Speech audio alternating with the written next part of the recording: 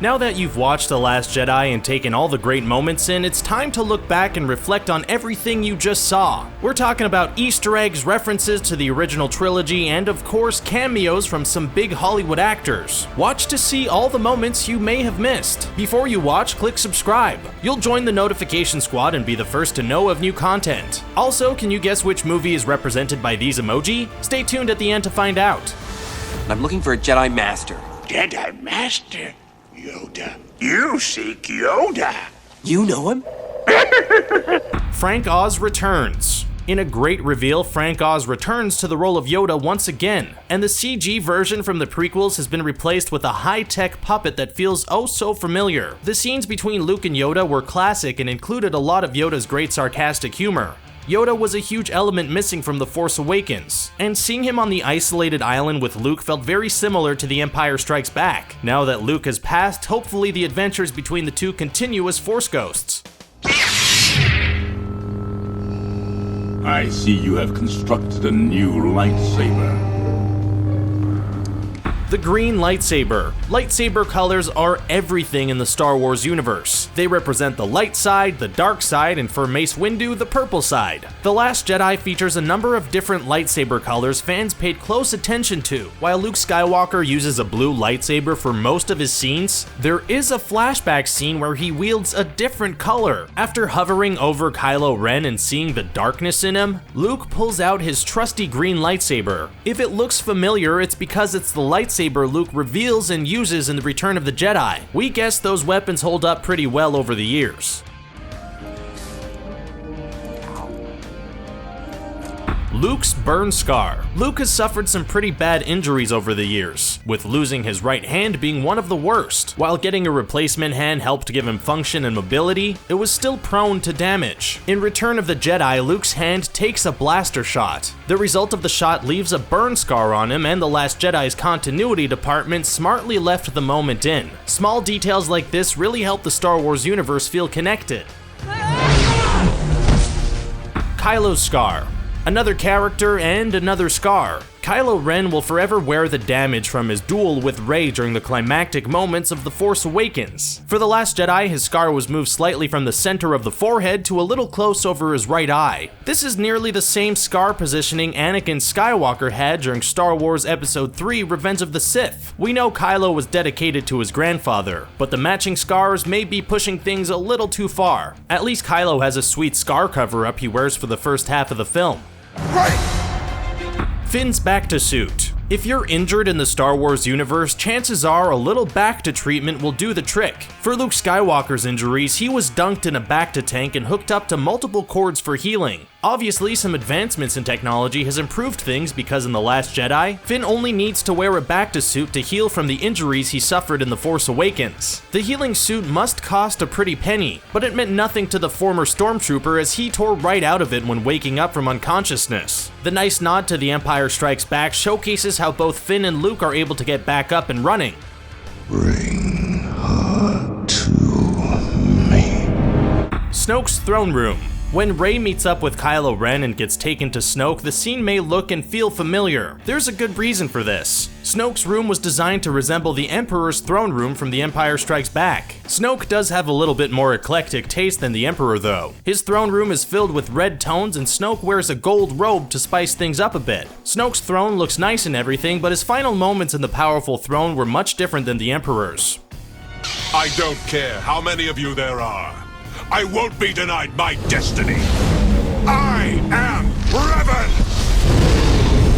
Raven's lightsaber crystal. Luke Skywalker's home on Ahch-To is filled with a lot of different items, but the only thing you should try to spot is the piece of the red lightsaber crystal inside of a homemade leather container. While looking through the Last Jedi visual dictionary, you can discover that the pendant is actually a recovered Jedi Crusader pendant. This pendant would belong to the original Jedi Crusader known as Revan. Revan is a character from the Knights of the Old Republic video game series, and he was around the Star Wars universe 4,000 years before the current movie. Referencing a Star Wars video game is rare for the films, and it may be hinting at what type of trilogy Rian Johnson might make after this. I got a bad feeling about this. Oh no. On a what? BB-8's iconic line. One of the more humorous signature quotes to come from the Star Wars franchise is, "I have a bad feeling about this." I got a bad feeling about this. Filmmakers have managed to sneak some form of the line into every Star Wars movie. I have a bad feeling about this. I have a bad feeling about this. I have a really bad feeling about this. I have a bad feeling about this. I've got a bad feeling about this. Oh, I have a bad feeling about this. I've got a bad feeling about it.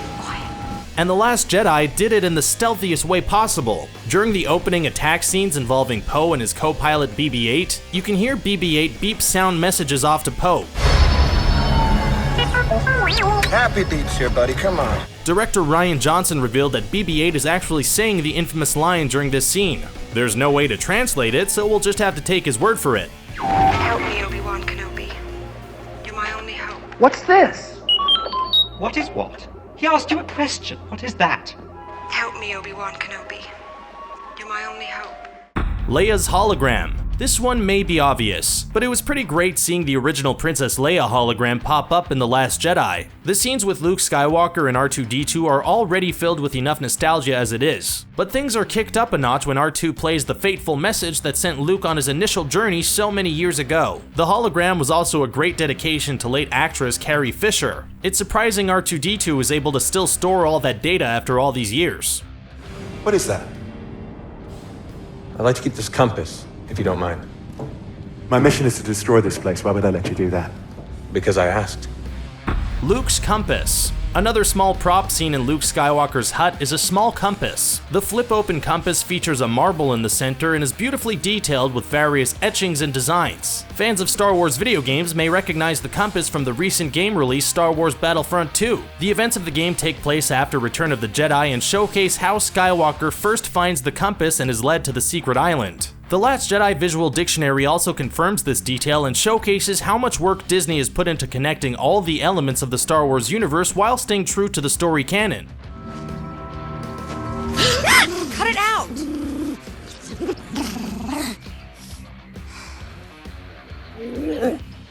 An Ewok returns. No, there are no actual Ewoks in The Last Jedi. We have the Porgs to entertain us instead. An actor known for playing Ewoks does appear in the film though. Warwick Davis is known for his role in Return of the Jedi and once again returns to the Star Wars universe. This time around, Davis plays one of the creatures found in the casino that BB-8, Finn, and Rose are searching through. It's always great to see original cast members return to the fold, even if it's just for a few brief on-screen moments. Master, moving stones around is one thing. This is totally different. No different. Only different in your mind. Lifting rocks. While Luke was training with Yoda on Dagobah, one of the tasks he had him train with the Force was moving rocks and stacking them. Luke was clearly annoyed, but apparently Yoda knew what he was doing. In a fun nod to The Empire Strikes Back, Rey must rescue the Resistance forces and allow them to escape the deep tunnels by moving and separating large boulders. The scene may have been overshadowed by Finn and Rey's reunion, but the reference is clearly evident. You can't win, Darth. If you strike me down, I shall become more powerful than you can possibly imagine. The Two Sons. During the climactic moments of The Last Jedi, Luke Skywalker uses all of his energy and power to appear on the planet Crate using Force vision. This drains him, puts him in a weakened state, and is clearly his final moments living. As Luke looks off towards the setting sun, we're treated to a shot of the dual suns slowly setting. These suns are the same design Luke had on his home planet of Tatooine. The character truly came full circle on his journey in the galaxy, and the dual sunset was the perfect background for his tragic on-screen death. All wings report in. Red 10 standing by. Red 7 standing by. Red 3 standing by. Red 6 standing by. Red 5 standing by. Luke's X-Wing. Luke's trusty X-Wing seems to be his main source of flight, and savvy viewers will easily spot it buried in the waters just off the shores of Ahch-To. But for some reason, Luke is always burying the thing in water. When he went to Dagobah to meet up with Yoda, Luke parked his X-Wing in some swampy waters. At least the thing seems rust-proof. Otherwise, it would be nothing but space dust by now. It's hard staring into your eyes. It's too strange. Your face looks backwards. Joseph-Gordon Levitt as Slowen Lo. The Last Jedi director Rian Johnson built his career writing and directing smaller films with cast members he used on multiple occasions. One of the main actors he collaborated with was Joseph-Gordon Levitt. Levitt starred in both Brick and Looper, bringing his acting talents to Johnson's unique style. Johnson reached out to Levitt again, this time for a voice role. The character of Slowen Lo is found at the Canto Bight Casino, causing trouble for Rose and Finn. Impressive. Most impressive. And there you have it. What Easter egg was your favorite? Anything we missed? Were you a fan of The Last Jedi? Let us know in the comment section below. Don't forget to like this video, share it, and subscribe to Screen Rant on YouTube to stay up to date with our awesome videos. And the answer to the emoji quiz is...